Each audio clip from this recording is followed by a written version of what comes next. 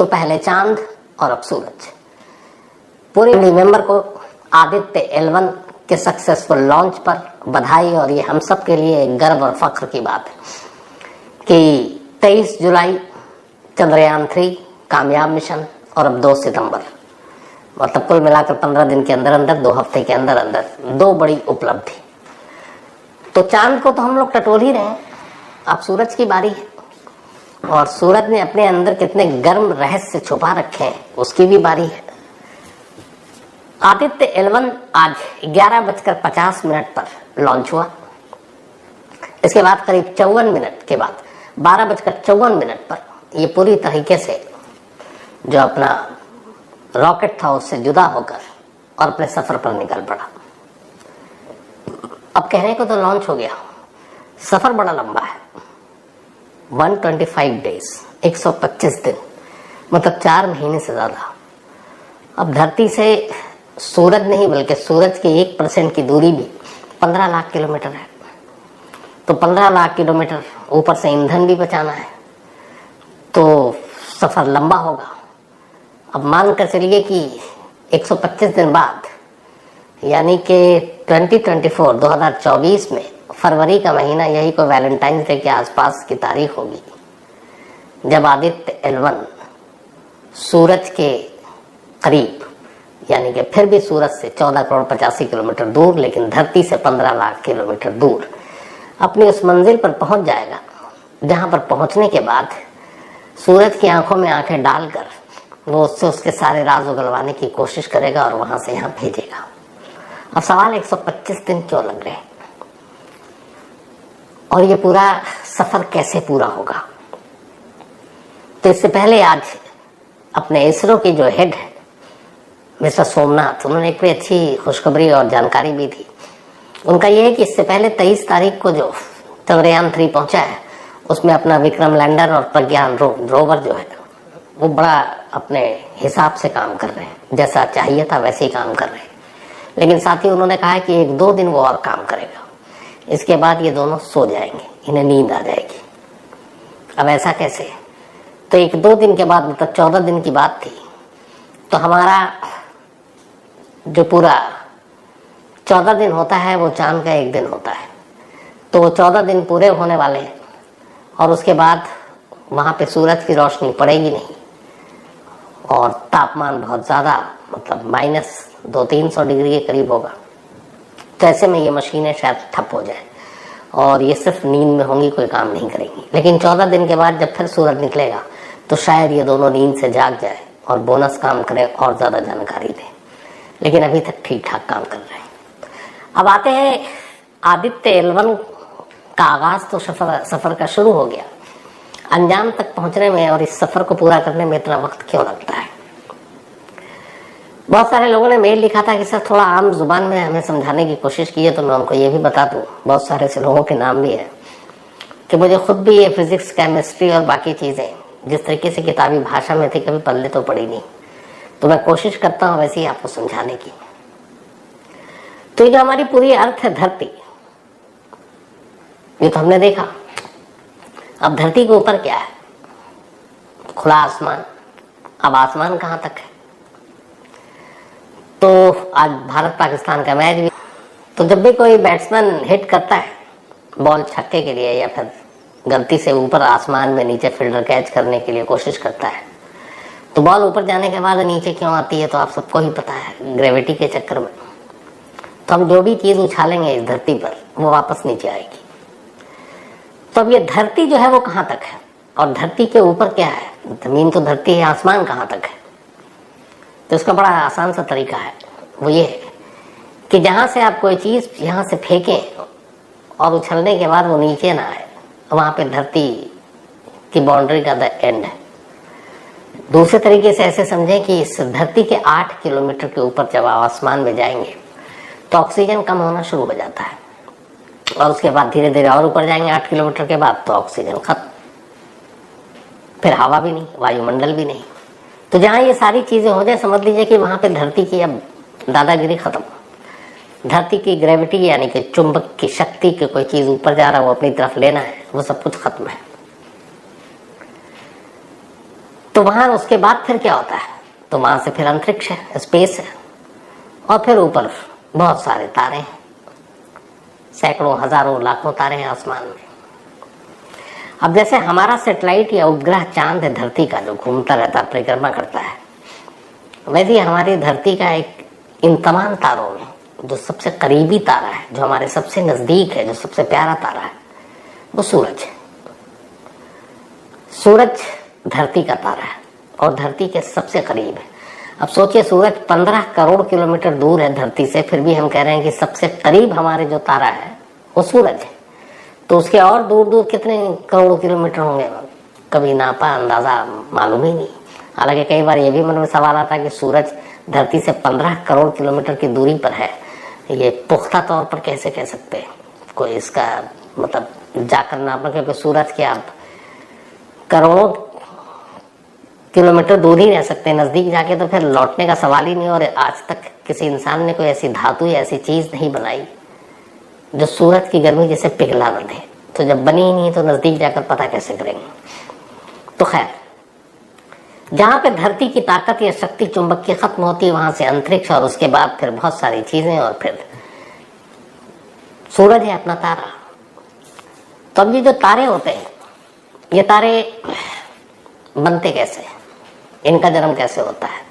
तो कहते हैं जो पूरा सूरज है और बाकी चीजें हैं, उसमें दो तरह की गैस है। ये सब कुछ गैस है, बहुत सारी है कि धरती पे भी गैस ही गैस, लेकिन हमें दिखाई नहीं देता।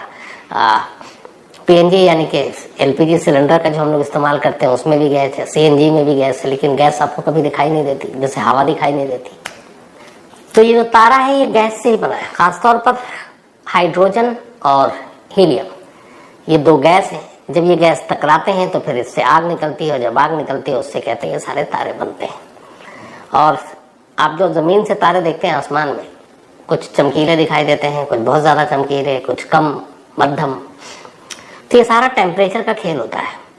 जो तारा जिसमें सबसे ज्यादा आपको, और तारे के कलर भी अलग अलग है, जैसे रेड है, व्हाइट है, ब्लू है, नीचे से दिखाई देता है, लेकिन सबसे ज्यादा नीला तारा दिखाई देता है, आसमान भी नीला है। तो ये तापमान का सारा खेल है। अगर सबसे कम तापमान है तो फिर आपको तारे का रंग रेड दिखाई देगा, अगर थोड़ा ज्यादा है तो फिर आपको व्हाइट दिखाई देगा, और तापमान बहुत ज्यादा है तो फिर आपको वो ब्लू दिखाई देगा, नीला। लेकिन इन तारों की भी जिंदगी और मौत होती है।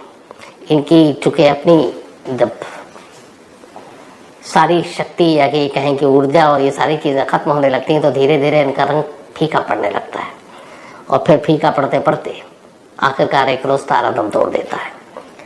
लेकिन सूरज वो तारा है जिसके पास अपनी ऊष्मा, अपनी शक्ति है। आग का पूरा गोला है, पता नहीं कितने सारे गैस समेटे हुआ है। तो फिलहाल सूरज का गैस चालू है, सूरज जल रहा है, धधक रहा है, लेकिन वो भी कभी ना कभी तो खत्म होगा। पिछली बार मैंने आपको कहानी में बताया था कि वो खत्म होगा, लेकिन उसमें अभी करीब 5 अरब साल लगेंगे। आधे गैस वो खत्म कर चुका सूरज अपने, 4.5 अरब साल या करीब आसपास, तो उतने ही, और 4.5 से 5 अरब साल और, तो वो पूरा गैस खत्म होगा, फिर सूरज खत्म, फिर सूरज खत्म। तो सूरज से तो हम सब हैं, पूरी धरती है, दुनिया है। तो फिर समझ लीजिए कि वही है प्रलय, कयामत।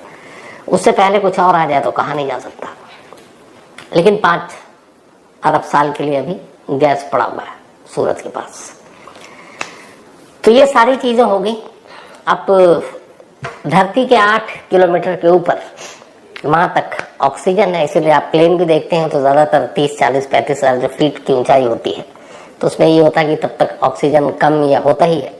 उसके ऊपर जैसे जैसे जाएंगे ऑक्सीजन गायब होता जाएगा, फिर जिंदगी गायब, फिर और जाएंगे तो वायुमंडल नहीं, हवा नहीं। तो अब 125 दिन का सफर बहुत सारे लोगों के मन में है कि ये आदित्य एल1 क्यों करेगा। तो उसकी वजह यही है कि सबसे पहले तो इसको धरती से बाहर निकलना है। अच्छा, अब धरती को इसलिए मैंने आपको समझाया कि धरती कहाँ, नीचे तो देख लिया, ऊपर कहाँ, तो ऊपर वही आसमान जहां पे धरती की अपनी शक्ति खत्म हो जाए खींचने की, चुंबक की, तो गुरुत्वाकर्षण जिसे कहते हैं, वहां से धरती की हद और बाउंड्री और सरहद सब खत्म है। अब वहां से कुछ और शुरू हो जाता है, स्पेस, अंतरिक्ष। तो अब 15 लाख किलोमीटर का सफर है। अब इतना ईंधन लेके तो भेज नहीं सकते, वजन भी तो बढ़ेगा। तब क्या होता है, तो हुआ ये कि जो अपना PSLV है, जो रॉकेट है, उसने तो छोड़ दिया धरती के बाहर एक कक्षा में ले जाकर, जिसको ऑर्बिट कहते हैं। अब ये कि अब तुम चलो, अब बाकी सारी चीजें सोलर सिस्टम से चलता, मतलब सूरज के जरिए ईंधन लेकर अपना वो आगे बढ़ेगा आदित्य। तो ये धरती की कक्षा के ऊपर ऐसी जगह पहुंचता है ऑर्बिट में, जहां से अब वो थोड़ी सी ग्रेविटी खत्म हो गई। अब उसके बाद ये धरती के चक्कर लगाता है धीरे धीरे, सोलर सिस्टम से भी ईंधन मिल रहा है। तो कुल मिलाकर अगले 16 दिनों तक, आज जो ये निकला है इसको धरती की परिक्रमा करना है आदित्य L1 को 16 दिनों तक। और इन 16 दिनों में वो करीब 5 दिन, मतलब 5 बार धरती की परिक्रमा करेगा, धरती के चक्कर काटेगा। तो अगले 16 दिनों तक पहला काम ये है आदित्य L1 का कि वो इस धरती की हद और सरहद से निकलकर इसकी परिक्रमा करे, मतलब धरती के चारों तरफ घूमता रहे। और जब जब ये घूमेगा इन 5 फेज में, तब तक फिर हर राउंड के बाद इसकी स्पीड बढ़ती जाएगी। अब इसकी स्पीड कैसे बढ़ेगी, इसका इंजन कब बंद होना है, कब चालू होना है, ये सब कंट्रोल होगा। ऊपर अंतरिक्ष में या स्पेस में बहुत सारे हमारे जो सैटेलाइट्स है वो घूम रहे हैं। उन सैटेलाइट्स के वो एक तरह से संपर्क में है और उसका पूरा कंट्रोल अपने यहाँ पर है, इसरो हेडक्वार्टर में। तो जब जब राउंड पूरा होगा तब तक उसका इंजन ऑन और ऑफ किया जाएगा। इस तरीके से ये 5 राउंड धरती के पूरा करेगी घूम घूम कर। तो जब 16 दिन में ये 5 राउंड पूरा हो जाएगा, उसके बाद फिर इसका असली सफर शुरू होगा वहां से सूरज के लिए। अब सूरज की दूरी लाखों, मतलब करोड़ों की 15 करोड़ किलोमीटर तो धरती से है, लेकिन हम सिर्फ उसका 1% दूरी तक जाएंगे, 15 लाख किलोमीटर। तो 16 दिन के बाद अगले 109 दिनों का ये सफर अब सूरज का शुरू होगा आदित्य L1 का, 109 डेज। अब 109 डेज इसलिए है कि ये सिर्फ ऐसे नहीं, जैसे बहुत सारे तेज करवाएंगे, बहुत सारे कट आएंगे, बहुत सारी और चीजें हैं। फिर आपको ऐसे चलना है कि आपका अपना जो ईंधन है वो सारी चीजें भी उसी हिसाब से चले। दूरी भी है 15 लाख किलोमीटर। तो ये सारी चीजें अगले 109 दिनों में पूरा होंगी। अब 109 दिनों के बाद L1 को इसलिए जो नाम दिया गया है, L1 असल में वो लैंडिंग पॉइंट है जहां पर इसे लैंड करना है। लेकिन ये लैंड नहीं होगा, क्योंकि लैंड कायदे से जो हम एयरपोर्ट और बाकी चीजें धरती की बात करते हैं, तो वहां कोई ऐसा प्लेटफॉर्म तो है नहीं। ये हवा में ही रहेगा, लेकिन स्थिर रहेगा, और उसी को हम लैंड कहेंगे। उसकी वजह क्या है? ये जो सबसे पहली चीज है कि ये L1 इसका नाम, कि वहां तक पहुंचना है। तो सूरज के इर्द गिर्द ऐसे 5 नाम दिए गए, L1, L2, L3, L4 और L5। अगर L1 को फुल फॉर्म इसको कहें तो लैरेंज पॉइंट 1। लैरेंज पॉइंट या L1 क्या है? तो ये है कि जब ये धरती से निकला, बीच में अंतरिक्ष एक्सप्रेस है, मैंने कहा धरती की अपनी एक हद है, सरहद है, ग्रेविटी पावर है, जो चुंबकीय शक्ति होती है। तो एक जगह ऐसी आती है जहां पर अब धरती के खींचने की शक्ति कम, और एक जगह ऐसी आती है जहां पे सूरज के खींचने की शक्ति भी कम। अब इसको ऐसे भी समझिए कि धरती बहुत छोटा सा हमारा अर्थ, ऐसे न मालूम कितने धरती सूरज में समा जाए, सूरज इतना बड़ा है। तो हम इतने छोटे से हैं, लेकिन हमारी शक्ति खींचने की कितना ऊपर तक है। तो सूरज जो हमसे कई पता नहीं कितना बड़ा है, तो उसकी कितनी शक्ति होगी खींचने की। तो इसीलिए धरती तो चले यहाँ पर जाकर एक खत्म, सूरज की शक्ति तो और भी ज्यादा है, लेकिन एक पॉइंट ऐसा आता है जहां पे हमारी खींचने की शक्ति कम और सूरज की भी कम। तो वो जगह जो होता है वो बड़ा बैलेंस हो गया। अब वहां पर हवा भी नहीं है, कुछ नहीं है। तो क्या है कि अब वहां आपको ईंधन की भी जरूरत नहीं इधर उधर भटकने की। हल्का सा ये इधर और हल्का सा उधर, और आप बस एक तरह से हवा में झूल रहे हैं।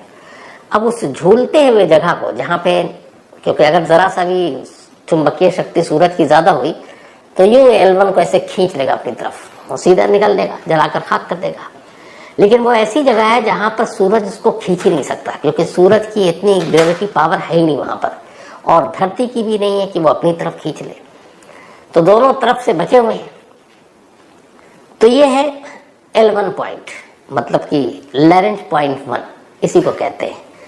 तो ये फिक्स एक जगह है जहां पर पहले से इसरो ने उसकी निशानदेही कर रखी है। अब उस फिक्स जगह तक पहुंचाना है आदित्य L1 को। एक बार वो वहां पहुंच गया, इसके पहुंचने के बाद अब इसका काम यह है कि वहां पे ऐसी जगह पे ये चुना गया है कि यूं रहेगा और हवा में रहेगा। अब शक्ति इतनी दोनों तरफ से है, ना धरती से ना सूरज से, तब इसका काम यह है कि यूं घूमता रहेगा और चारों तरफ घूम घूम कर एकदम बिल्कुल स्ट्रेट सूरज को घूरता और देखता रहेगा। और ये ऐसे पोजीशन पे होगा कि कभी भी आदित्य L1 की नजरों से सूरज ओझिल नहीं होगा। सूरज चूंकि ये तो वक्त के हिसाब से हम देखते हैं ना, कहीं सूरज डूबा कहीं नहीं डूबा, वरना डूबता तो है नहीं। तो हर वक्त सूरज आदित्य L1 की नजरों के सामने होगा और वो 15 लाख किलोमीटर की दूरी पर पहुंचकर इस L1 पॉइंट या स्टेशन का है, वहां से वो सूरज को देखता रहेगा और सूरज की निगरानी करेगा, उसकी हरकतों पर नजर रखेगा। फिर ये देखेगा ये इतना गर्म क्यों है, इतना गुस्से में क्यों रहता है, इतना उबलता खौलता जलता क्यों रहता है। अब वो सारी जानकारी नीचे भेजेगा। अब एक बार पहुंच गया, जैसे मैंने कहा कि 125 दिन का सफर है, तो फरवरी 2024 के मिड में ये पहुंचेगा। अब पहुंच गया तो फिर कब तक क्या लौटेगा। तो इसके बाद इसका काम शुरू होगा। ये पहुंचते ही काम शुरू नहीं करेगा, पहले पहुंचेगा, सब देखेगा। उसके बाद जब वो डेटा भेजेगा उसमें भी करीब 15 से 20 दिन या 1 महीना लगेगा। मतलब फरवरी एंड या मार्च से अब इसरो काम शुरू करेगा उसकी दी हुई जानकारी पर, और अगले 5 सालों तक आदित्य L1 उसी जगह रहेगा और अगले 5 सालों तक वो सूरज की एक तरह से चुगली खाता रहेगा और हमें बताता रहेगा कि देखो ये ऐसा है, ये ऐसा है, ये ऐसा करता है तो मौसम ऐसा होता है, ये ऐसा करता है तो ऐसे गर्मी होती है, यहाँ से ऊर्जा ऐसे मिलती है, यहाँ से ऊर्जा इस वजह से नहीं मिलती है। तो कब कब इसके मूड की वजह से क्या क्या होता है, इसके आग और शोलों की वजह से क्या क्या होता है। ऐसे एक तरह से कहें तो हम साइंटिफिक जुबान में नहीं, लेकिन अलग अलग आदित्य L1 तो पहुंच गया। अब इसके साथ 7 अलग अलग चीजें दी गई। जैसे आप क्लिनिक में जाते हैं तो एक्सरे मशीन होता है, MRI होता है, CT स्कैन होता है, तो उसी तरह की वो चीजें इस आदित्य L1 के साथ है, जो वहां से तापमान से लेके कि उसके सतह बाहरी का एग्जैक्ट तापमान कितना बदलता है, इसका मूड मिजाज कैसे बदलता है, इसकी वजह से धरती पे और क्या क्या असर हो सकता है, इसकी वजह से ऊर्जा या एनर्जी में और क्या क्या हो सकता है। तो वो सारी चीजें सूरज के बारे में सूरज के पास रहकर आदित्य L1 को ढूंढना है और बताना है और फिर हमें भेजना है, ताकि उसके जरिए आने वाले वक्त में हम और बेहतर जो है, चूंकि सूरज सबसे ज़्यादा पावर का और इसका सोर्स है, पूरा जो अपना पूरी दुनिया क्या सारा ब्रह्मांड, तो इसलिए उसके बारे में राज जानना सबसे ज़रूरी है। तो 125 दिन के सफ़र के बाद काम शुरू करना और अगले 5 साल तक वहीं रहना और काम करना, ये है आदित्य L1 का काम। तो दुआ कीजिए कि वो सारा ये काम करे और सारी जानकारी दे, ताकि हम लोग भी, जिन लोगों को भी साइंस और इसमें थोड़ी सी भी दिलचस्पी है, उनके लिए बड़ा ये है कि ये आग का गोला, इसके अंदर कितने गैस, क्या कब कैसे, क्या राज है, क्या रहस्य है। तो रोमांचित मतलब करने वाली कहानी है। फिर इसके जरिए बाकी तारों की बारी आएगी, बाकी किस किस की बारी आएगी। ये देखिए अब तो आसमान खुला है और कहते हैं कि अब स्काई, पहले था ना कि स्काई इज द लिमिट, तो मुझे लगता है कि स्काई भी कोई लिमिट नहीं है, क्योंकि वैसे भी आसमान नाम की तो कोई चीज ही नहीं है। जहाँ जिस ग्रह की हद खत्म हो गई, वहीं पे एक दूसरा एक नया आसमान आपके ख्याल रखिएगा, आप लोग का ख्याल रखिएगा। Thank you very much.